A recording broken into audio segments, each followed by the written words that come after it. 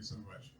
Uh, if you like what I have to say, I'll be happy to accept your applause. If you don't like what I have to say, you should blame Chuck Schumer because he shut down the government, and because he shut down the government, Mike Huckabee can't be here. So that's why I'm here right now, and I'm sorry that I'm not Huckabee.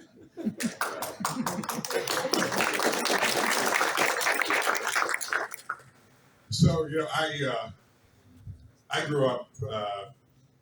I would say the best word to describe it would be a shtetl, a small, very insular Jewish community. I was a yeshiva boy. I didn't know anybody who wasn't Jewish. I didn't have any friends. I thought everybody was Jewish, frankly. I didn't realize that there was such a thing as not being Jewish. I knew there were Nazis. That's right. I knew there were Jews, and then there were Nazis. But everybody in between. That was the extent of my knowledge. And then I became the U.S. ambassador to Israel, and maybe just a little before that. But basically, during those 4 years that I was U.S. ambassador, I came to know and to love an entire community that I had really very little exposure to beforehand. And it was the Christian people of the Christian faith, in particular the evangelical Christian faith, but not only. I mean, but people of Christian, all types of different Christian faiths. And on a simple level, it was just the idea that that there are, for example, in the United States, there are 60 million evangelical Christians, and that compares with 5 million Jews. Right? So this idea, there's this massive number of people in America, throughout the world, that believe that that God will bless them if they bless Israel, and curse them if they curse Israel. That they have that as sort of their North Star. Holy cow! I mean, I thought we were this tiny little helpless minority living by our wits and running from place to place, escaping the latest brand of anti-Semitism. And then all of a sudden, I find out that we're not alone. We have all these friends, and it was incredible. And it wasn't just the numbers though, because what I also found was that theologically, while we had theological differences, there was in terms of the way I grew up and studied my faith, there was this allegiance and belief and faithfulness to holy texts, that it mattered what the text said. We didn't make this stuff up as we went along. We actually, are at a 3,000 or 4,000 year legacy of people that came before us that gave us incredible works. For me, the Old Testament, the commentaries for the Christian world, that plus the New Testament. But the Bible sells, even to this day, sells on Amazon, 2,000 copies every hour. And I found that there was this common search that we all had to look at these texts, these ancient texts, and to try to divine from that, what does God want us to do with our lives? How should we live our lives? What should we do? What's the right path? What's the wrong path? And I found that we really were all doing that together. Whether it was Jews or Christians, we were all trying to understand from the legacy that we've been given, the multi-thousand-year legacy, how we ought to live our lives. Fast forward to just this past week, I would say to all of you, what an incredible time to be alive, right? I mean, this is, my grandparents could not have imagined, even coming to the land of Israel. Couldn't have imagined, I come here now, if I give the travel agent 6 hours notice, it's a lot, wake up in the morning, I'm in Israel, I'm there like 12 hours later, stay, go, I'm back and forth 15, 20 times a year. Can you imagine that? 100 years ago, it was unthinkable. Really, for you, it was unthinkable, sitting in a Russian prison cell. I mean, unthinkable. And here we are today, with this incredible time. I mean, we don't choose when we're born, right? And we have this incredible fortune, all of us, to be here at this time. And in particular, I was, as I'm sure many of you were, I was in this building 8 days ago at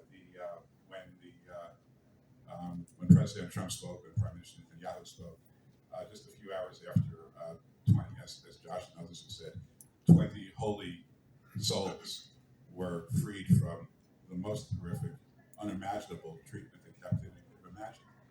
And it was, of course, so liberating to see that. But from a faith perspective, I don't think there's anybody here who hasn't prayed for the last 2 years for their release.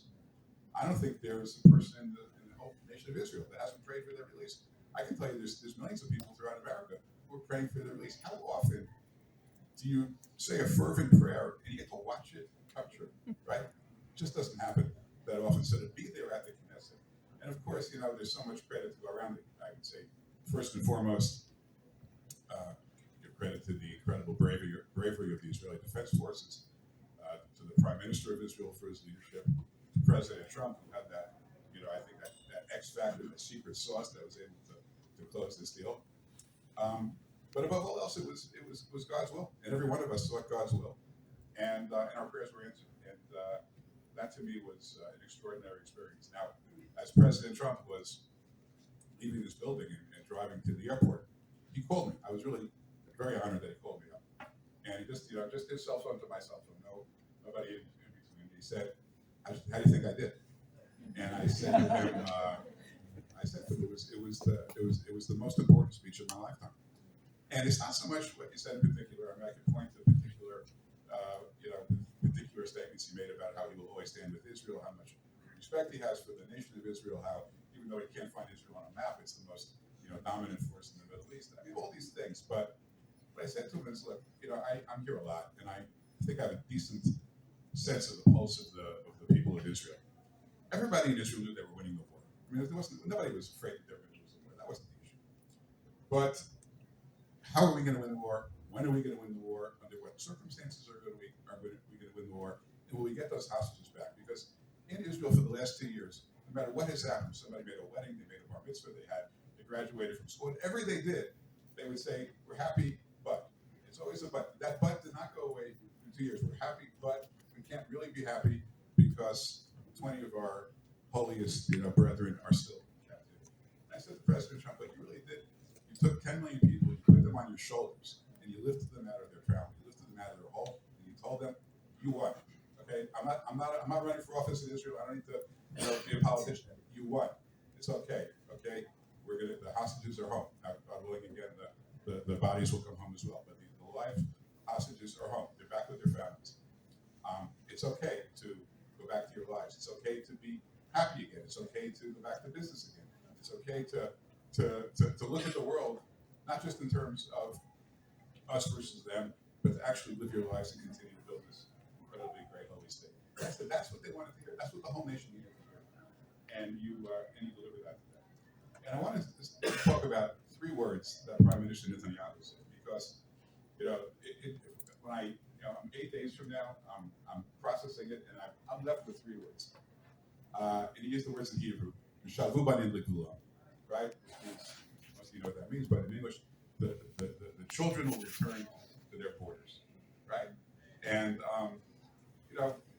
for those who grew up in a Jewish environment, went to camp, whatever, it's a famous song. "Shavu banim lekulam." You sing it over and over. Everybody sings it. All the 100 years ago, when the pioneers were coming and plowing the land, they would be singing "Shavu banim lekulam." It has a different meaning. It has a different meaning today, because Shavu banim lekulam really is the story of Rachel. And I wanted to share with you that just for a couple of minutes, because we have so many incredible biblical figures. Rachel is actually my favorite because she represents the quintessential Jewish woman, sacrificing for her children, sacrificing for her husband, sacrificing for her family, sacrificing for her nation. She's Jacob runs away from his twin brother Esau, and he runs to his uncle Laban, not the greatest guy in the world, and he falls in love with Rachel. He sees this beautiful young Rachel, and he falls in love with her. And his future father-in-law says, "Well, you got to work for her for 7 years." So he works for 7 years, and just on the wedding day, right? Laban comes along and he swaps in Leah instead of Rachel, but Rachel doesn't oppose it. She could have stopped it, but she could have said, "Wait a minute, I'm over here. I'm out of it. I'm over here." She doesn't do it because she's willing to sacrifice for her sister, because she understands that the protocols in those days, the older sister gets married first. So another 7 years go by, and Rachel eventually marries the love of her life, Jacob, and she can't have children.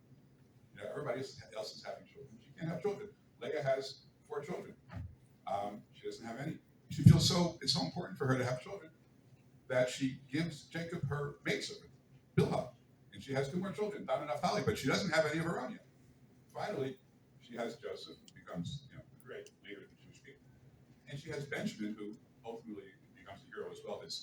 His descendants become Mordecai, another great savior of the Jewish people. But Rachel, she dies in childbirth. Right? She's not able to see her children grow. And so Jacob has to bury her. Right now, when he buries her, just down the road is the burial place of Abraham and Isaac, right? And at that point, Sarah and Rebecca, right? It was Maratha Machpelah, the cave of Machpelah. It was the burial place, but he buries her on the ground, on the side of the road. And he had time to get her to Machpelah. I mean, I'm sure that Sarah and Rebecca, when he died, were further from Machpelah than Rachel was at that time. But he buries her on the side of the road, facing east, so that she looks north to Syria, she looks south to Babylon, and she becomes the vanguard for the return of the Jewish people to the land of Israel.